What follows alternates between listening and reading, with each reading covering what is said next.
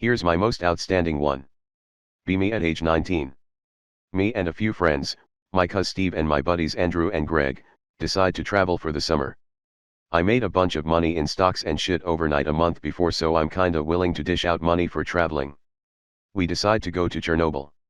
Stupidest mistake of our lives. It was a fucking nightmare getting there. Ukraine is a shithole for those here who don't already know. Basically we got there and got in and it was pretty much just empty ruins and shit. We brought shotguns and I brought a 44 so we wouldn't get raped or robbed. 3 nights in freaky shit starts happening. Greg swears on his life he sees someone in an apartment window and he gets really sleeved out. Greg's bigger than all of us but he can be a massive pussy sometimes. I tell him that if anyone fucks with us out here, no one will ever find their body. We all convince him and each other that it was nothing. The next day we go walking around some parks and buildings. Everything's rusted. There was a headless doll left in the middle of the road. The buildings are really sketchy and unsafe, but we go in them anyway.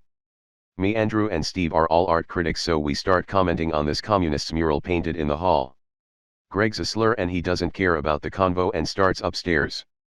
He's up there for like 20 seconds before he jumps down from the top and breaks it out the door going holy shit, run fuck. We all bolt out of the building after him shouting for him to tell us what the fuck he's on about. He's outside holding his gun towards the door. We all run to him and he's clearly not fucking around by the look on him. I'm just silent as Andrew and Steve start asking him why he just did that. I draw my gun and watch around us, constantly looking at the door. Greg starts saying in the most serious voice I've ever heard from him that he saw a man up there with an iron rod. I immediately suggest that we go in and confront him. Greg's like, no dude, he wasn't human, it's fucked up. Andrew agrees with me and we get Steve to come. Greg doesn't want to be alone so he has to come. Greg and Steve stay downstairs while me and Andrew go up. Everyone knows to check their targets but I'm really worried Greg will shoot one of us so I tell him to be careful what he shoots before we go up. He's not in good shape and he's a pussy but not this much of a pussy so I realize this is pretty serious. We go through the rooms upstairs checking corners and shit. Eventually we find a dead wolf. The stench is fucking horrid, it's clearly rotted. The thing's been mutilated and its head has been pulled out of its neck. There's blood everywhere. And it's clear that this animal was being eaten at. Which is fucking odd cause it's pussed up and rotten. I start getting all weak, which happens when I think about anatomy. The wall in this room has collapsed and someone could easily climb the rubble down to the street so we know that if anything was up here it's gone. We go downstairs and tell Steve and Greg what we found. After everyone goes back up to look at the wolf we head outside and look for shelter. We wander around alert as shit looking for somewhere to spend the night. Eventually we see this garage thing with a usable windowless door. It's totally empty except for a shitty old chair. We set up our shit for the night and start planning what to do. We set up a 2-man watch team and go to bed while there's still light. Me and Andrew are on watch and we start talking about random shit. Suddenly I have to shit. We've been eating baked beans and jerky the whole week so I know I can't shit inside or it'll stink up the place. Me and Andrew go outside and I shit next to the door while he stands watch. I'm about finished when he calmly tells me to hurry the fuck up before it comes over here. I say, dude, what the fuck, don't be an asshole right now, and he goes, there's a guy standing out there watching us, I'm not fucking around. I finish up and look and sure enough there's a guy out there, but there's also a second guy standing too. We go in and keep on watching. Eventually our watch is up so we wake up the others and tell them about how 2 demons watched me shit outside. I go to bed wondering how I'll wake up. In the morning we eat our food and check the guns and equipment, Geiger counters and a bong. We go out the garage door rather than the side door. Greg and Steve tells us that after we went to sleep there was scuffling noises near the side door, so we go around to check. My shit is gone. I'm revolted as fuck, so is everyone else. The demon ate my shit, literally. We head back up the road, planning to get the fuck out of Chernobyl. After 2 hours of walking we notice something trailing us a long way away. It's walking behind us in the woods. No shirt but weird messed up pants.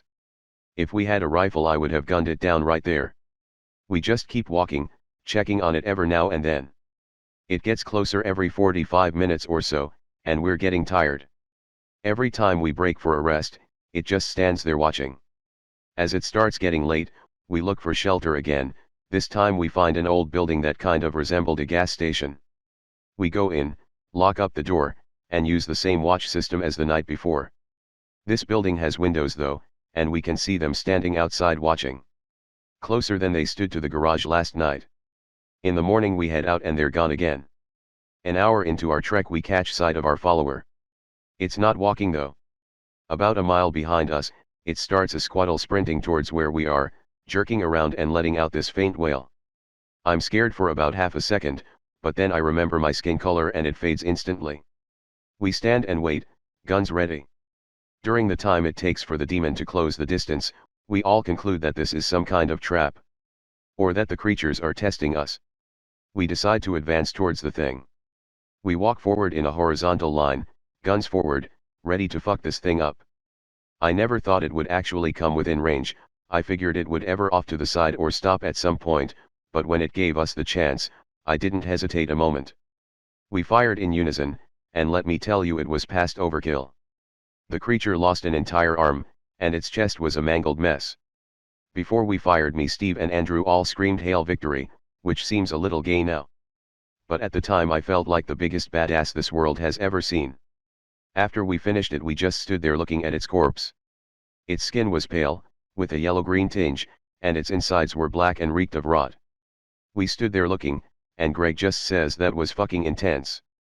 I start laughing and I'm like yeah, and we all turn around to start walking again, but we stop dead.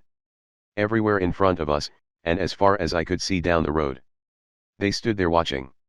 It was like time froze. We started running away backwards, and they just stood there watching. After we ran so far that we couldn't see them anymore, we slowed down and started freaking out because now we couldn't take the road out, they had reaped us. We argued for a while until Steve said he heard a car. There was nowhere to hide, so we just stood next to the road, guns hidden, and we waited. The car turned out to be Ukrainian law enforcement when had heard the shots and we're coming to investigate. Apparently we had been just a short while away from the last checkpoint into Chernobyl. One of the officers looked dead into my eyes and says in Russian, "Any trouble?" I can tell he knew we were in trouble. And I could tell that he knew exactly what kind of trouble. We asked them for a ride back, and they kindly obliged. As we passed the spot where we shot the creature, there was no sign of any body, or even black blood. It's worth mentioning that these officers are strapped with AKs and even grenades. I'm like quietly shitting myself because I realize that if these guys hadn't picked us up, we wouldn't have made it. They drove us all the way to the first checkpoint, not stopping once. When they dropped us off, the same officer from before looked at me with that same look as before and said, "They never used to kill, you know." He says they used to be scared. Then he and his buddy just drive off. It's not really a nope, but it freaked me the hell out. That was 3 years ago, and if those things ever get bold enough I wouldn't be surprised if we heard about something like riots in Ukraine in a decade or two. Seriously though, don't go to Chernobyl. The following happened in a small town in rural Russia near where I'm from in early 90s. I'll reconstruct the story from the rumors I heard. Please excuse any mistakes as English is not my first language. 1 year back in the late 80s or earlier, children and teenagers began disappearing in this town. Obviously nothing was announced in the media, but people began to talk and police started an investigation. It was assumed that a maniac was on the loose. Parents started accompanying their children to school and playing outside was usually supervised, but the disappearances continued. People in Russian towns usually live in huge multi-story blocks. A resident of one of these apartments, let's call him Mr. Ivanov, lived with his 8-year-old daughter. One day his daughter did not return from school. This was reported to police and Mr. Ivanov was devastated. He searched everywhere and asked his neighbors, but no one saw anything. In a flat above his there lived a young couple, an ambulance doctor and a nurse. They were a nice couple liked by everybody. About a week after his daughter disappeared, Mr. Ivanov heard noise coming from the flat above. It sounded like some sort of animal squealing. This noise continued on and off for the next month. Neighbors complained to the doctor and he said that he got a puppy and it was barking, but he was training it and soon it will keep quiet. Meanwhile, KGB experts were called from Moscow to help the investigation. This was after Chikatilo was caught, so they had experience on maniacs. A few dismembered corpses of children were found in the woods. Police and army commenced unmarked patrols around schools and other public areas. One of these patrols noticed a car parked near a school with a woman behind the wheel. The policeman walked up to the car and asked the woman for her documents. All of a sudden she drove off at high speed. They chased and saw her car crashed into a pole. She was badly injured. They opened the boot and saw an unconscious child lying there. After checking her documents they found out the woman's address, which happened to be the flat above Mr. Ivanov's, whose daughter disappeared. The police approached the door and they heard the yelping noise mentioned earlier. They knocked and the door was opened by the doctor. He was restrained and police proceeded to search the flat. In the bathroom they found a girl whose arms were amputated at elbow and legs amputated at the knee. The amputations was done professionally and she had bandages on and no infection. Her tongue was also removed and she was tied by a collar on her neck in the bathtub. She was flailing her limbs and making yelping noises. The policemen were in shock. Meanwhile the neighbors heard the commotion and came to look. Among them was Mr. Ivanov, who saw his daughter and attacked the doctor, who was held by police. Other neighbors and even police joined in and ended up beating him to death. The police continued to search and found a few dead children with amputated limbs. Only one other was found alive. He was found in an abandoned building tied by the neck. His legs and arms were amputated, his eyes and tongue were removed, and it was assumed that he had been kept alive in this condition for over a year. These doctors were amputating limbs to create some sort of pets out of children.